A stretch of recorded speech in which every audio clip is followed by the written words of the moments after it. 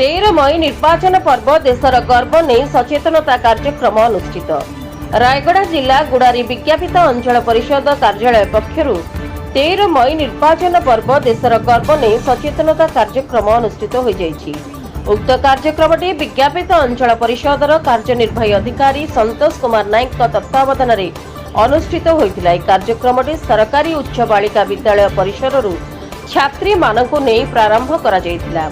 तापरे छात्री मानकु नहीं गुड़ारी एनएससी परिक्रमा करी स्लोगान माध्यम रे नारा दे आगामी निर्वाचन रे भोट दे निजर परिचय प्रदान करबा नै जनसाधारण को सचेतनतार वार्ता देथिले। कार्यक्रम को विज्ञापित अंचल परिषदर कर्मकर्ता अनिल शतपथी परिचालना करथिबा बेले विज्ञापित अंचल परिषदर समस्त कर्मकर्ता एवं एसएसडी बालिका विद्यालयर मैट्रन गायत्री बाड़तिया सहयोग करथिबा बेले शिक्षक शिक्षयित्री सहयोग करथिले। रायगड़ा जिला Gudari block Loknath Sahu report, Republic Odisha.